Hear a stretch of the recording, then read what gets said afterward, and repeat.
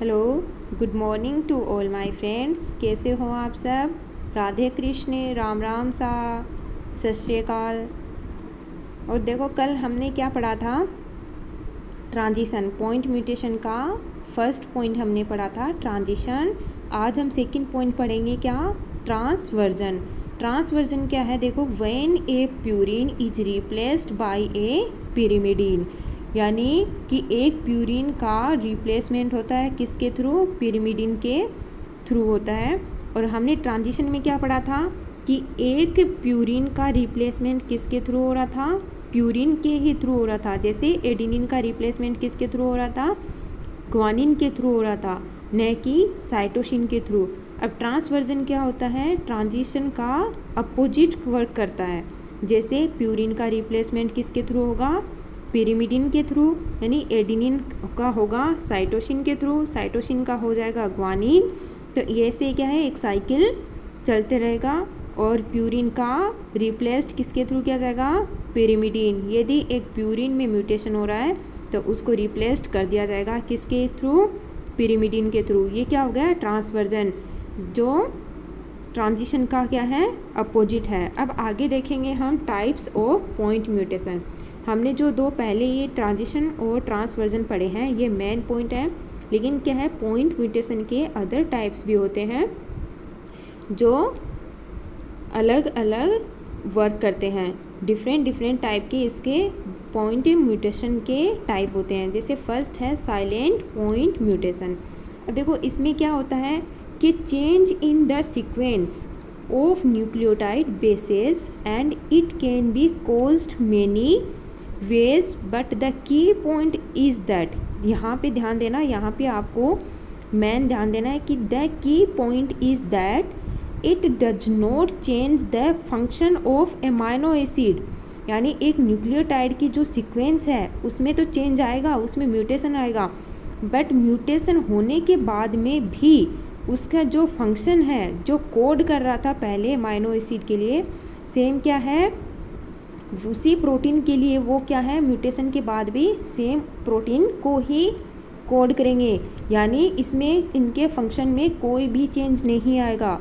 जैसे नॉर्मल में क्या है कि डीएनए में कौन सी साइट प्रेजेंट है? AGA, यानी adenine guanine adenine.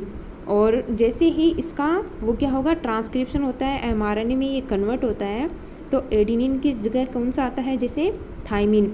But RNA में क्या है, थाइमिन की जगह कौन सा प्रेजेंट होता है? यूरेसिल। तो यहाँ पे क्या आएगा, एडिनिन के साथ में कौन बाइंड करेगा? यूरेसिल। ग्वानिन के साथ में कौन कर रहा है? साइटोसिन। और एडिनिन के साथ में फिर से कौन बाइंड करेगा? यूरेसिल। अभी ये जो कोडोन बने हैं, ये ट्रिपलेट कोड बोलते हैं इनको, जेनेटिक कोड भी बोलते हैं।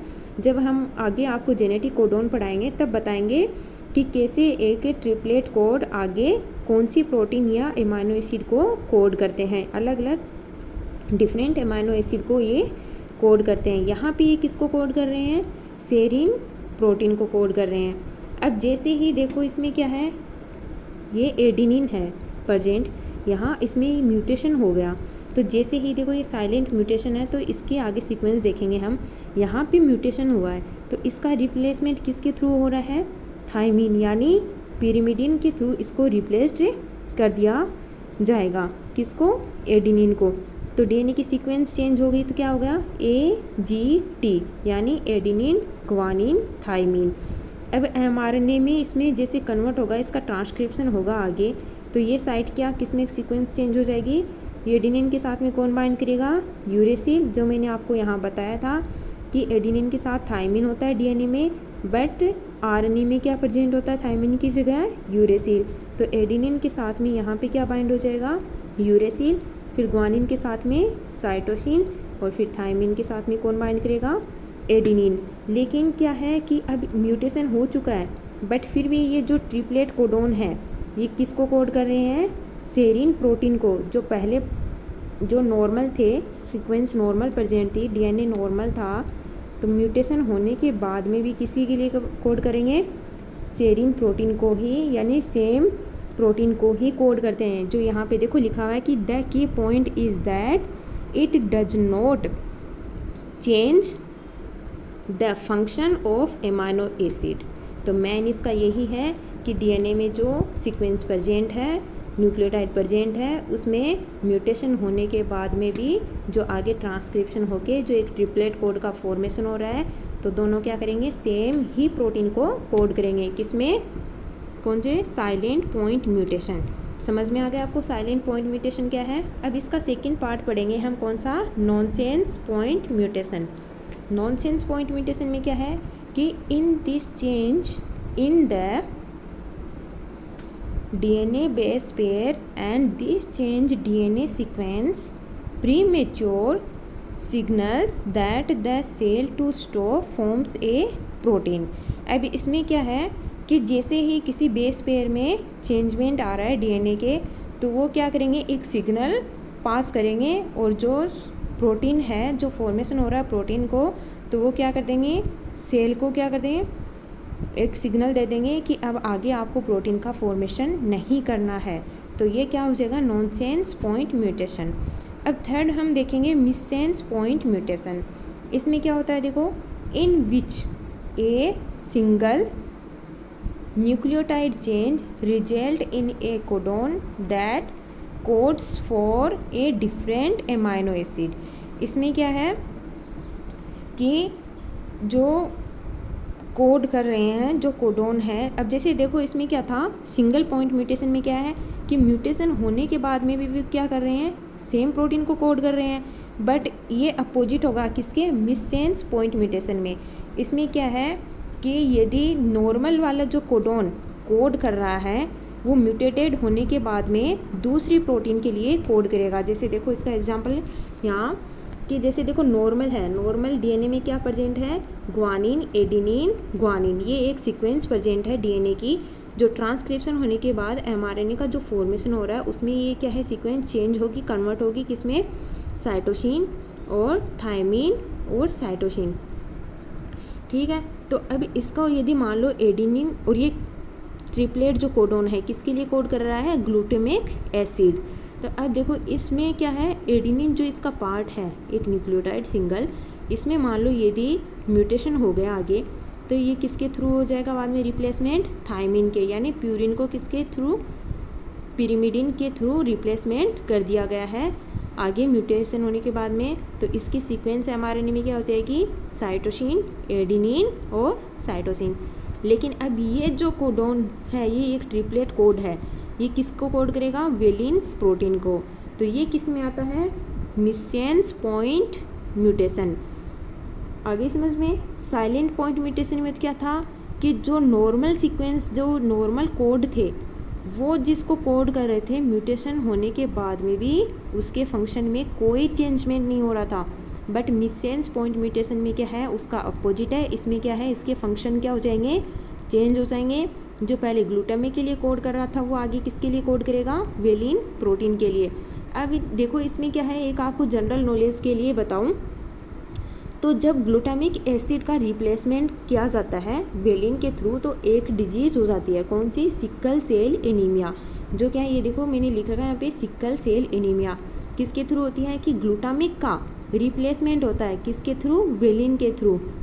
तब कौन सी डिजीज़ हो जाती है, sickle cell anaemia, sickle cell anaemia.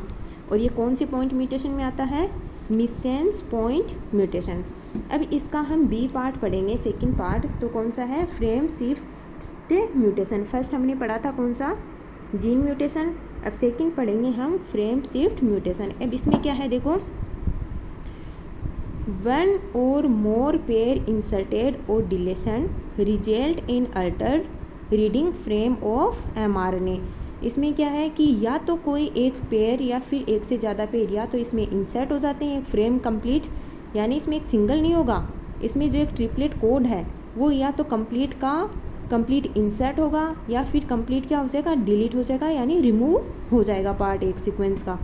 तो जैसे अब नॉर्मल में देखो ये प्रेजेंट है इसकी sequence, adenine, guanine, uracil, guanine, guanine, guanine, guanine, cytosine, cytosine, adenine, adenine, adenine, uracil, adenine, guanine.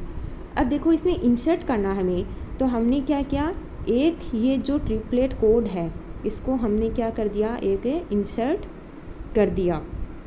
एक पूरे कोड को हमने इंसर्ट किया, तब क्या है, इंसर्टेड हो गए इसमें। और यदि यही इसी पार्ट को हम वापस डिलीट कर दें तब क्या हो जाएगा, डिलेशन।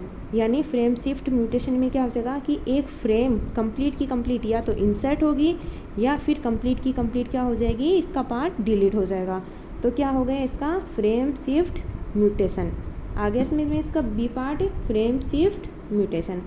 अब देखो सेकंड हम पढ़ें, पहले हमने क्या पढ़ा था, फर्स्ट पार्ट जीन म्यूटेशन।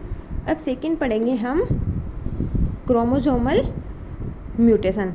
अब क्रोमोसोमल म्यूटेशन में देखो क्या है कि चेंज इन द क्रोमोसोम और change in the number of chromosome is known as chromosomal mutation. यानी कि क्रोमोसोम में चेंज आ जाए या फिर क्या है, इसके नंबर में चेंज आ जाए तो क्या हो जाता है, क्रोमोसोमल म्यूटेशन। यानी क्रोमोसोम के नंबर में कैसे चेंज, अब जैसे 46 क्रोमोसोम है, ठीक है।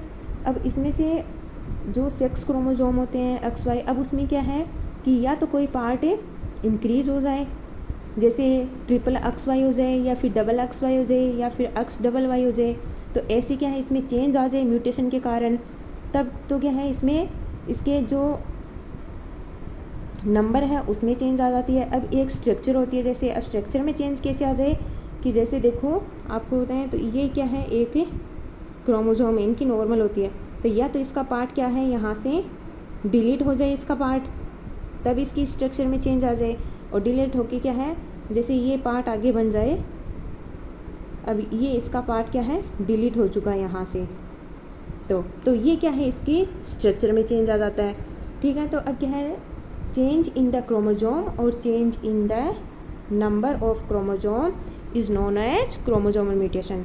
अब इसके टाइप देखें तो टाइप्स ऑफ क्रोमोसोमल म्यूटेशन। अब ये किसके क्या टाइप होते हैं इसके, जैसे एक तो डिलेशन होता है, एक क्या होता है इन्वर्जन होता है, एक क्या हो जाएगा डुप्लीकेशन हो जाएगा, एक ट्रांसलोकेशन।